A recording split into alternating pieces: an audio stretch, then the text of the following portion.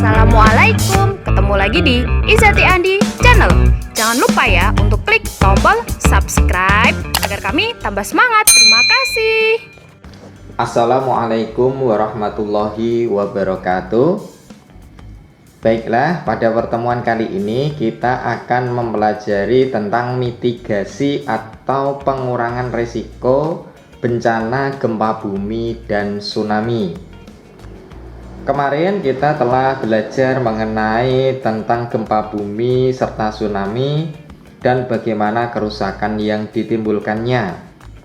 Selain kerusakan bangunan dan benda-benda di sekitarnya, gempa bumi dan tsunami juga menyebabkan kematian. Jumlah korban jiwa saat gempa bumi ataupun tsunami terjadi dapat dikurangi, setidaknya melalui dengan menyelamatkan diri sendiri. Banyak cara untuk mengurangi resiko kematian dan kerusakan akibat bencana tersebut.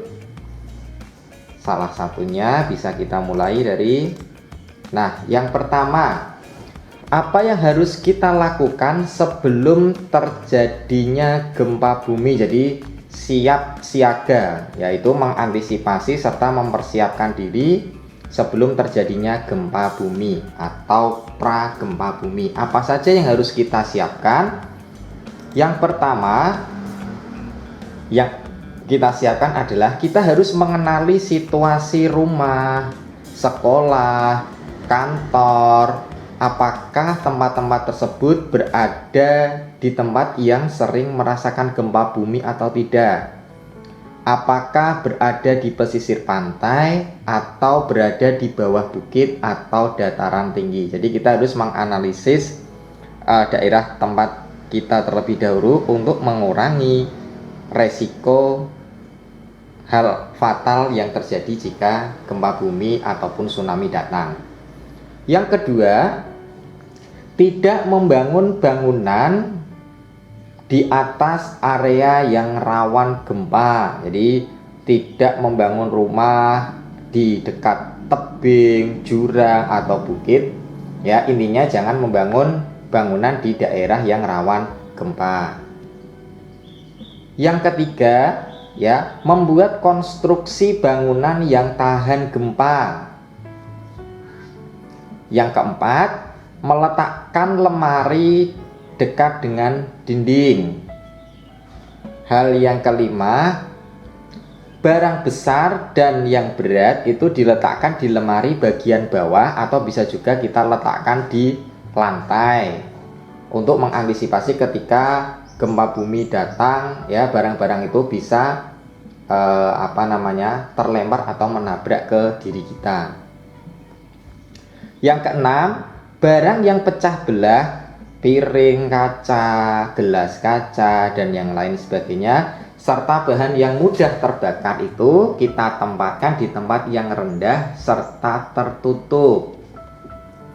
Yang ketujuh, periksa dan perbaiki jika terdapat atap atau dinding yang rusak atau retak. Ya, tujuannya ketika atap kita misalnya ada yang berlubang atau ada yang mau jatuh patah, ya ketika tidak diperbaiki, otomatis ketika terjadi gempa ada guncangan, otomatis atap tersebut tidak kuat menahan guncangan gempa dan akhirnya atap itu bisa jatuh. Dan jika di dalam rumah ada orangnya, otomatis akan menimpa orang yang ada di dalam rumah. Yang kedelapan, menggantungkan barang berat jauh dari tempat tidur, misalnya cermin, kemudian figura foto dan lain sebagainya itu jauh dari tempat tidur. Kenapa? Karena misalnya posisi kita masih tidur terjadi gempa, supaya benda-benda atau barang-barang tersebut tidak jatuh menimpa kita saat kita masih tertidur. Yang kesembilan, pastikan gas dan instalasi listrik di rumah itu aman. Soalnya nanti kalau ada konsleting listrik atau kebocoran gas bisa menyebabkan kebakaran. Yang ke-10, mengenali tempat-tempat aman di dalam dan di luar rumah. Semisal seperti ini. Jika kita sedang berada di dalam bangunan atau gedung, kenali tempat yang aman jika terjadi gempa bumi, misalnya kolong meja atau furnitur yang kuat, pilar atau kolom bangunan, itu kita harus mengenali dulu. Tujuannya apa nanti kita bahas di saat terjadinya gempa.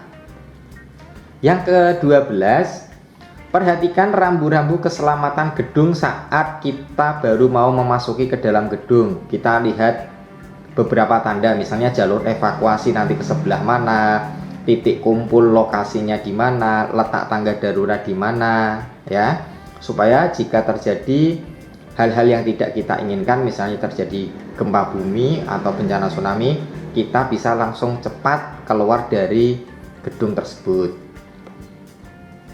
13.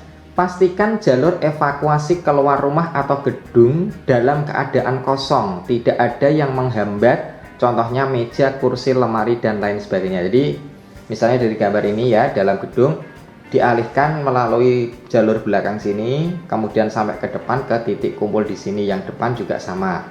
Tidak ada hambatan yang menghambat kita untuk keluar supaya cepat. 14. Pastikan tempat evakuasi atau titik kumpul berada di tempat terbuka, jauh dari bangunan tinggi, tiang listrik atau telepon, atau papan reklame, supaya mudah diakses pertolongan kedaruratan. Kenapa jauh dari bangunan yang tinggi? Soalnya dikhawatirkan nanti ada gempa susulan, nanti ketika di sebelah kita masih ada bangunan yang tinggi, bisa jadi bangunan tersebut bisa roboh dan menimpa orang yang berada di titik evakuasi tersebut. Yang ke-15, siapkan tas siaga bencana untuk kelangsungan hidup 3 hari ke depan dan letakkan di tempat yang aman dan mudah terjangkau, ya. Misalnya dokumen-dokumen yang penting, KTP, akte, ijazah, surat tanah, buku tabungan, dan lain sebagainya disimpan di dalam tas yang tentunya mudah terjangkau oleh kita, supaya ketika terjadi bencana kita hanya langsung membawa tas tersebut, tas satu tersebut bisa kita gendong, kemudian kita bisa lari keluar rumah, ya. Yang ke-16, tentunya kalian harus punya atau mencatat nomor telepon keluarga, jelas. Kemudian nomor telepon keadaan darurat, misalnya rumah sakit, BPNB atau Badan Penanggulangan Bencana Nasional, BPBN, kemudian nomor PMI mungkin, kantor polisi, dan lain sebagainya, ya. Ketika terjadi bencana, kita bisa menghubungi nomor-nomor tersebut untuk meminta pertolongan secara cepat.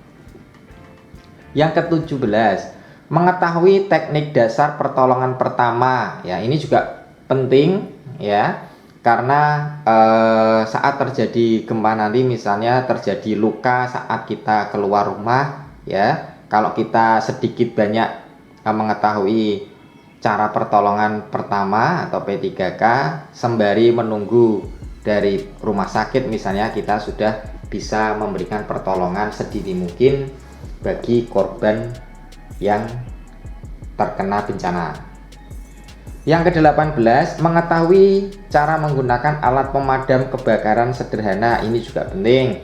Misalnya terjadi tadi ya, gempa bumi, kemudian ada konsleting listrik atau gas yang bocor, terjadi kebakaran di salah satu rumah, maka kita bisa memberikan pertolongan pertama, memadamkan api tersebut sebelum menunggu pemadam kebakaran datang. Yang ke-19, simulasikan evakuasi bencana alam yang diikuti oleh seluruh warga masyarakat yang ada di daerah yang rawan gempa tersebut. Tujuannya ketika terjadi gempa betulan, maka proses evakuasi akan berjalan dengan lancar dan cepat. Itu tadi beberapa hal yang harus dipersiapkan sebelum gempa.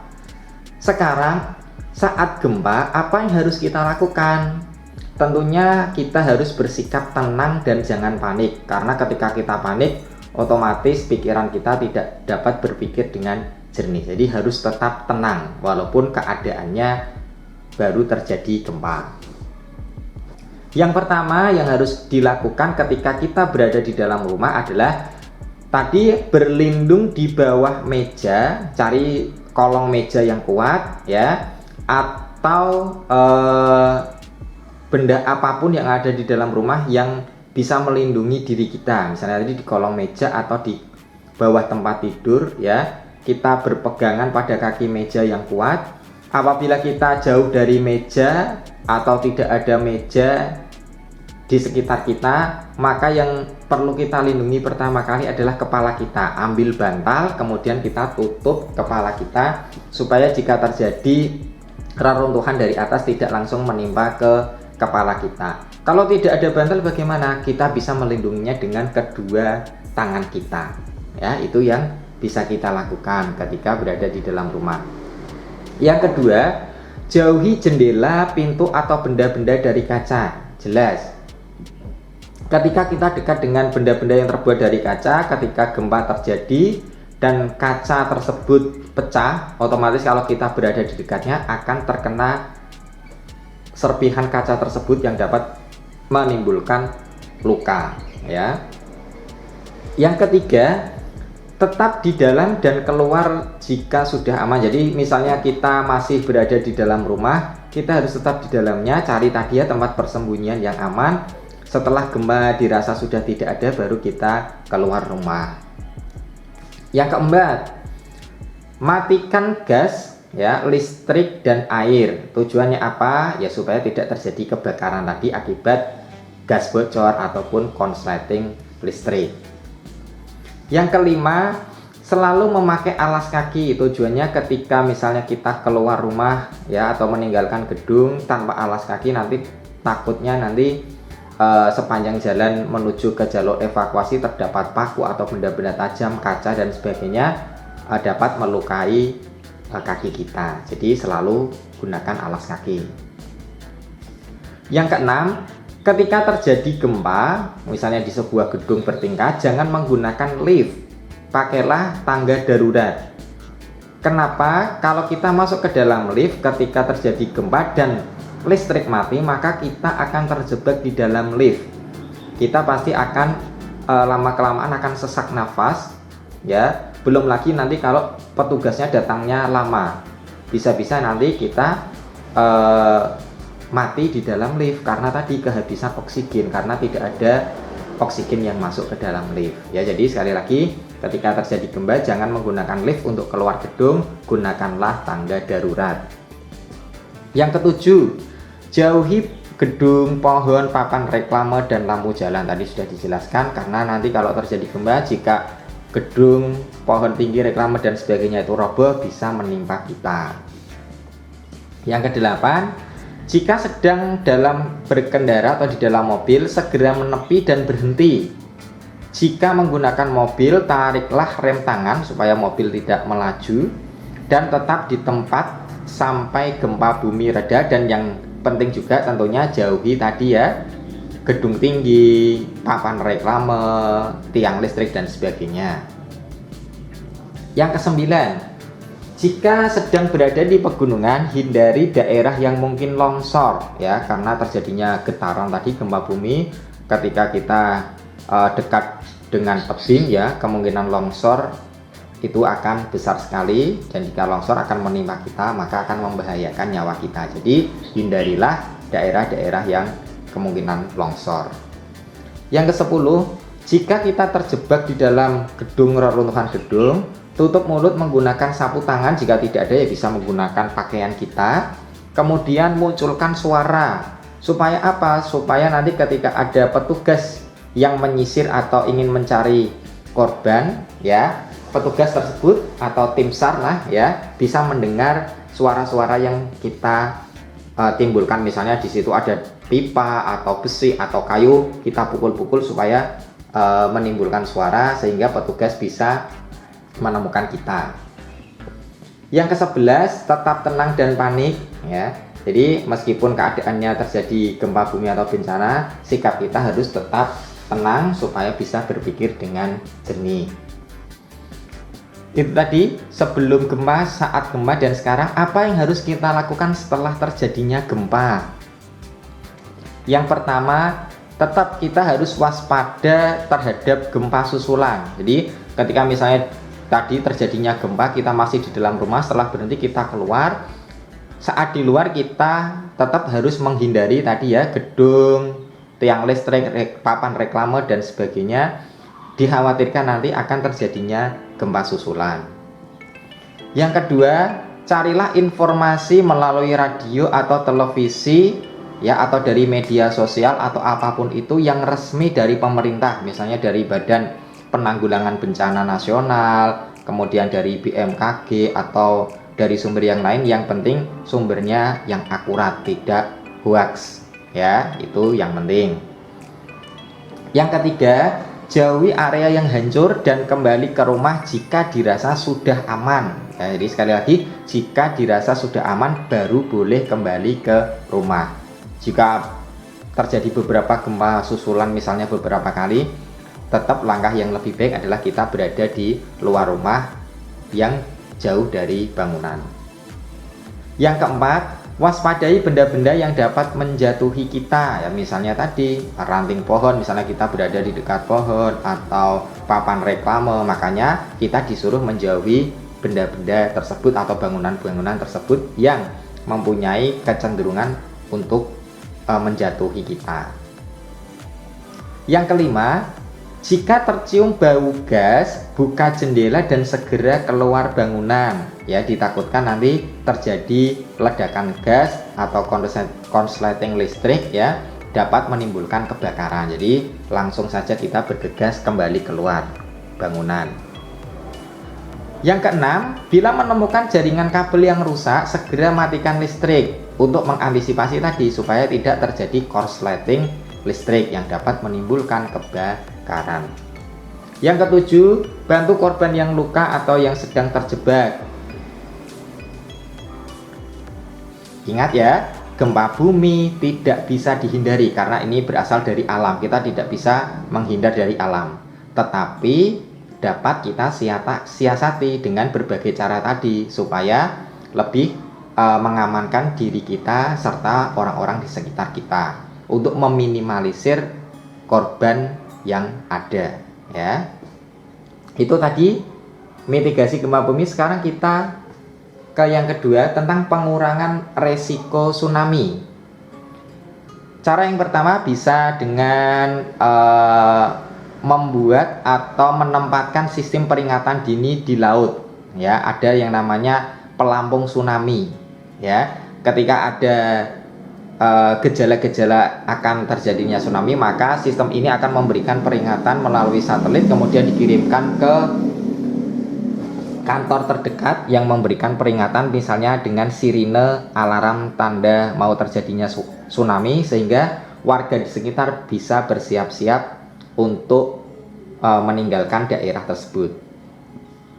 Kemudian membangun shelter atau gedung yang bisa digunakan secara cepat untuk mengamankan diri ketika terjadinya tsunami. Ini biasanya yang ada di dekat pantai ya, dibangunkan bangunan seperti ini supaya nanti ketika ada ciri-ciri mau terjadinya gejala tsunami atau terdengar sirine bunyi tsunami, warga masyarakat di sekitar bisa langsung cepat untuk menyelamatkan diri. Kemudian bisa juga membuat penahan tsunami ya, bendungan di sekitar tepi pantai, bibir pantai seperti ini dibuatkan bendungan untuk ya meminimalkan gelombang nanti yang sampai ke rumah warga. Jadi sudah dibendung dulu oleh bendungan ini ya. Jadi nanti ketika sudah melewati bendungan ini diharapkan kecepatan maupun tinggi gelombang tsunami menjadi lebih kecil sehingga dapat meminimalkan korban. Yang selanjutnya yaitu penanaman tumbuhan mangrove di sekitar pantai. Tujuannya sama dengan ini tadi ya, pembangunan penahan tsunami ya. Jadi gelombang tsunami yang dari tengah laut itu yang sangat cepat dan gelombangnya tinggi, ketika sampai di tepian pantai terdapat banyak pohon mangrove ya, sedikit banyak bisa membantu mengurangi gelombang tsunami serta tinggi gelombang bisa sedikit diredam oleh tanaman mangrove. Yang selanjutnya yaitu meningkatkan pengetahuan masyarakat. Jadi mengedukasi masyarakat itu sangat penting sekali ya. Jadi masyarakat di sekitar pantai diberikan edukasi. Oh, nanti kalau terjadi ada bunyi sirine tsunami, yang harus dilakukan adalah begini misalnya ya, lari ke tempat yang tinggi, tadi ke bangunan yang tinggi. Kemudian jika kita berada misalnya nanti di dalam mobil, kita harus segera keluar dan tetap menuju ke tempat yang lebih tinggi. Jadi edukasi masyarakat sekitar. Kemudian melapor ke pihak yang berwenang. Jadi sesaat setelah terjadinya tsunami ya, makanya tadi kita harus punya nomor-nomor penting yang bisa kita hubungi. Jadi supaya dapat memberikan pertolongan secara cepat. Ya, misalnya tadi ya nomor Badan Penanggulangan Bencana, PMI dan lain sebagainya, kita bisa melapor pihak-pihak tersebut. Kemudian naik ke tempat tinggi ya, sama dengan yang tadi ya, di gedung yang lebih tinggi, kemudian di daerah pegunungan ataupun pohon yang tinggi lah ya, yang bisa memberikan keselamatan terhadap diri kita. Kita cari tempat yang tinggi untuk menghindari gelombang tsunami yang datang. Kemudian jika kita saat terjadinya tsunami berada di tengah laut, jangan mengarahkan kapal ke pinggir pantai. Nanti kita akan tertabrak atau tertelan oleh gelombang yang sangat tinggi yang berasal dari tengah laut tersebut. Justru kita harus mengarahkan perahu kita ke laut. Tapi kalau bisa ya, sebelum gelombang tinggi itu yang berasal dari gelombang tsunami tadi, sebelumnya turun sampai ke bawah, kapal kita harus bisa melewati gelombang tsunami tersebut supaya selamat dari tsunami tadi. Nah, sekali lagi, kenali ancamannya, kurangi resikonya, yaitu tadi ada tsunami maupun gempa bumi, kita bisa mengenali dulu ancaman-ancaman yang bisa ditimbulkan sehingga kita bisa mempersiapkan diri untuk mengurangi resiko terjadinya bencana gempa bumi maupun tsunami. Oke, saya rasa materi pada pertemuan kali ini cukup. Untuk pertemuan selanjutnya kalian pelajari tentang gunung berapi. Sekian, semoga sedikit ilmu ini bisa memberikan manfaat. Kurang lebihnya mohon maaf. Wassalamualaikum warahmatullahi wabarakatuh.